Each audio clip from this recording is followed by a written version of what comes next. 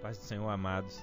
Eu sou o pastor Júnior, sou um dos pastores da Igreja Renovação de Goiânia e hoje quero compartilhar com vocês a respeito de discipulado.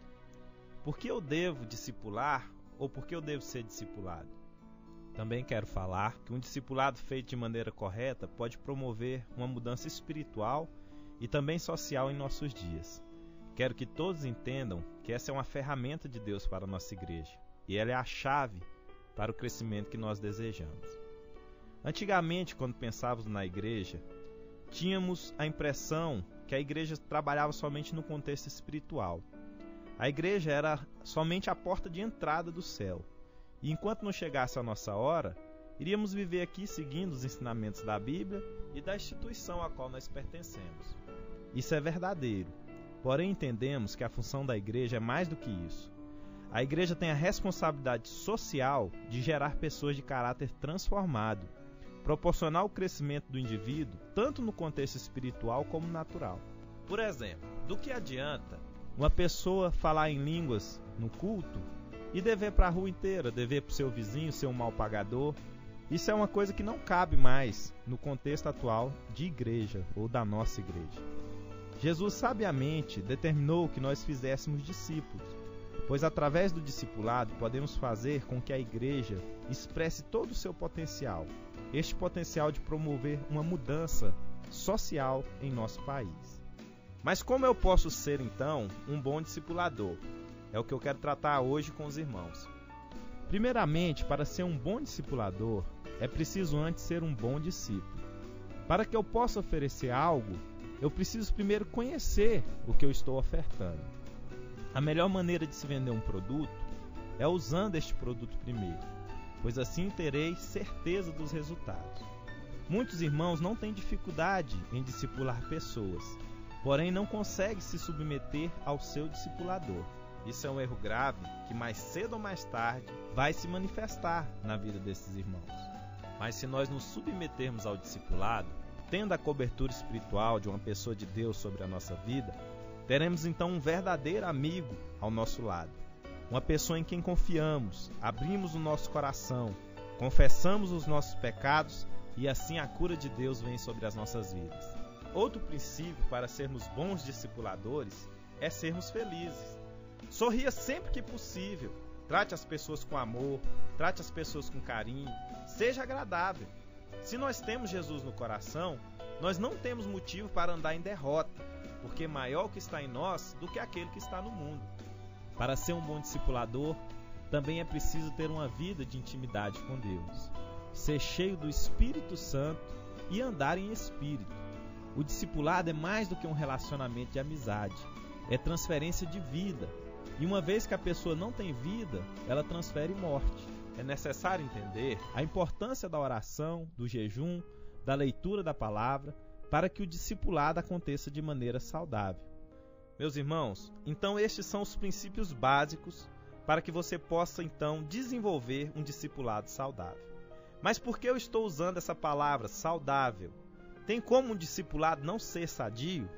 Infelizmente, pela nossa experiência, podemos afirmar que sim. Sempre que estamos nos relacionando, estamos transmitindo algo. E se não é vida, com certeza é morte. Quando dirigi a primeira igreja que Deus colocou em minhas mãos, eu quis implementar o discipulado de qualquer maneira, pois tinha certeza que era a melhor visão que eu poderia seguir. Mas na prática isso foi um desastre. Eu peguei e fiz uma lista com o nome dos irmãos e determinei quem seria discipulado por quem. Com o passar do tempo, em vez de ter um irmão carnal na igreja, agora eu tinha 2, 3 que este tinha produzido. Foi assim com o almático, com o sem compromisso, com o rebelde. Agora, em vez de ter um problema, eu tinha 2 ou 3 e já estava me desesperando sem saber o que estava acontecendo. Mas graças a Deus que certo dia, realizando um encontro aqui em Goiânia, Deus falou em meu coração que eu estava agindo de maneira errada. Eu estava fazendo algo que Ele não determinou que eu fizesse. Que eu estava colocando menino para fazer serviço de adulto. Queridos, um líder não se acha na esquina, não se acha pronto. Ele tem que ser forjado pelo fogo e pelas lágrimas do discipulador. É preciso passar pelo teste do tempo antes de ser aprovado. A maior ilusão de um pastor é achar que da noite para o dia ele terá um líder ao seu lado. O que mais destrói o discipulado hoje são pessoas almáticas transferindo o que são para outros e formando verdadeiras raposinhas dentro da igreja. Almático é quem não deixa o Espírito Santo controlar suas emoções. Hoje ele está alegre, amanhã ele está profundamente deprimido. Ele discipula o irmão em tristeza e desânimo e transfere isso para o outro. O almático canta os hinos da igreja desanimado, com cara feia, e até os irmãos que estão ao seu redor saem tristes do culto. O pastor tem a dura responsabilidade de detectar essas anomalias dentro do rebanho e não permitir que essa praga se espalhe dentro da congregação. Temos que entender que devemos tratar o irmão mais fraco com todo amor e carinho.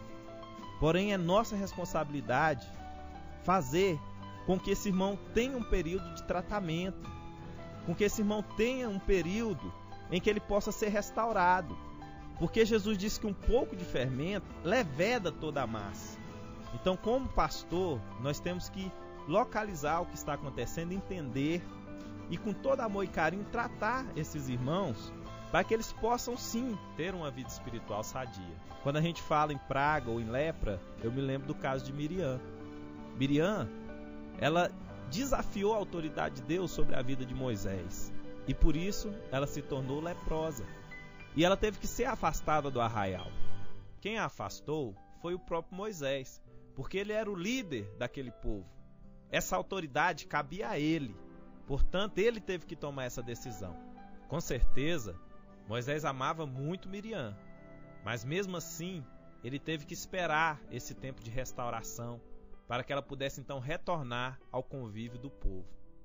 Muitas vezes a igreja para, irmãos, porque Deus está nos dando esse tempo de restauração, em que nós podemos então tratar as nossas feridas, em que nós podemos levar os irmãos que ainda não desenvolveram essa vida espiritual saudável, assim andar em espírito, para que toda a igreja possa avançar. O discipulador, ele tem que fazer diferença na vida do discípulo. Eu conheço pessoas que passaram muito tempo próximas de outras e não promoveram uma mudança no caráter da pessoa a qual estava acompanhando. Eu entendo que o discipulado tem que ser uma ferramenta de transformação. E muitas vezes é preciso confrontar alguém naquilo que ele está errando. Quando falo confrontar, não é brigar com a pessoa, não é deixar a pessoa entristecida, mas é ter a coragem de alertá-la, de falar: irmão, meu querido, eu sei que você não é assim. Você está agindo de uma maneira errada, mas eu te conheço, você é um homem, você é uma mulher de Deus, e eu tenho certeza que você vai melhorar nessa área a qual você tem falhado. É isso que eu entendo como discipulado. Quando alguém leva outro a melhorar, tanto na sua vida espiritual como na sua vida natural. Quando o irmão mais maduro na fé leva um novo convertido a melhorar em todas as áreas da sua vida, até ver o caráter de Cristo formado no discípulo. Irmãos, eu tenho certeza que Deus está trazendo um novo tempo sobre a nossa igreja. A Igreja Renovação floresce com seus alicerces consolidados. As células e o discipulado são uma realidade cada vez mais viva entre nós.